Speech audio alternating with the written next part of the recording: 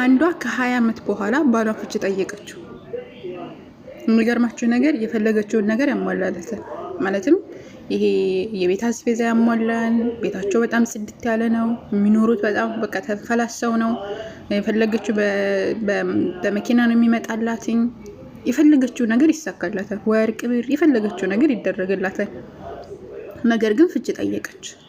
ለምንድን ነው ፍቺ ጠየቀችው?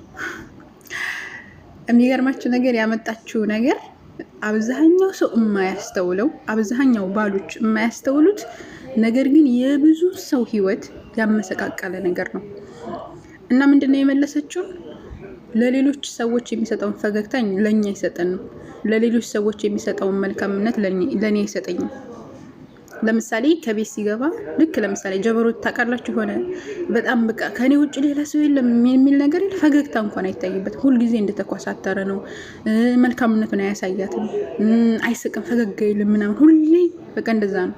ሲቀጥል ደግሞ ሲናገራት ደግሞ በጣም ያቆስላታል። የሚናገራት ሴትዮዋ ወፍራም ናት እና አንዳንድ ጊዜ የሚናገረው እየቀለደ እንኳን የሚናገረው ንግግር ያቆስላታል። ምንድነው የሚላት መሰላችሁ? አንቺ እኮ ብታገኝ እኔንም ልጆችንም ትበይናለሽ ይላታል።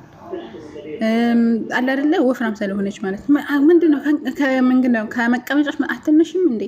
ምግብ አቀንሽም እንዴ? ምናምን እንደዚህ እያለ የሚሰብር ንግግርን ይናገራታል።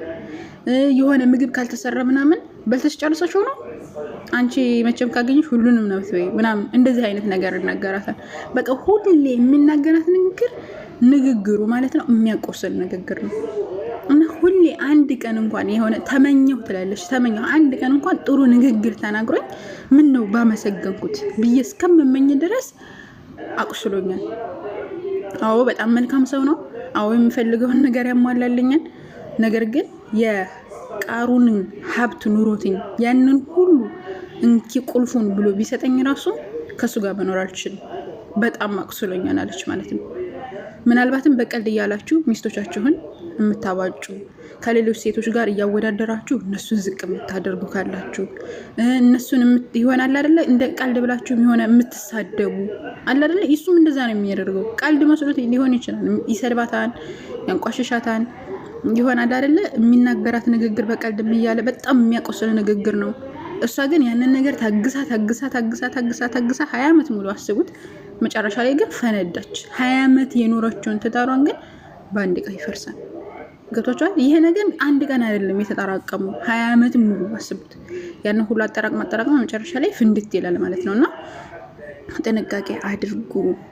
طيب የምንናገረው ንግግር በነገራችን ላይ በሴትም ሊሆን ይችላል። ይሄ ሴትም ልትሆን ትችላለች።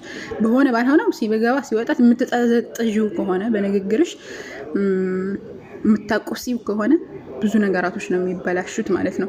እንደዚህ ወንዶችም የምትጠዘጥዟት ከሆነ ወይም ደግሞ ፊት ማሰጧት በቃ አላል ቆይ ፊት ውጭ ስንወጣ እኮ በቃ ፈገግ እንላለን፣ መልካም ሰዎች ነን ምናምን።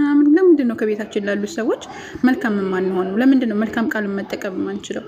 ከሌሎች የምንጠቀመው መልካም ቃል ለሌሎች ለምንድን ነው? ለቤተሰቦቻችን፣ ለሚስት፣ ለባል፣ ለልጆች ለምንድን ነው የማንጠቀመው?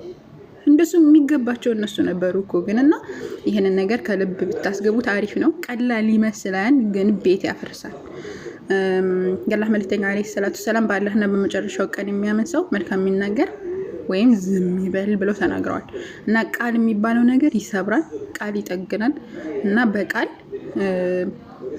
መጥፎን እየተናገራችሁ ሰዎችን አትስበሩ ለማለት ነው። አላህ ሱብሃነሁ ወተዓላ ከመልካም ተናጋሪ ከመልካም ሰሪዎች አድርገን። አላህ ይሐፈዘኩም። ሰላም አለይኩም።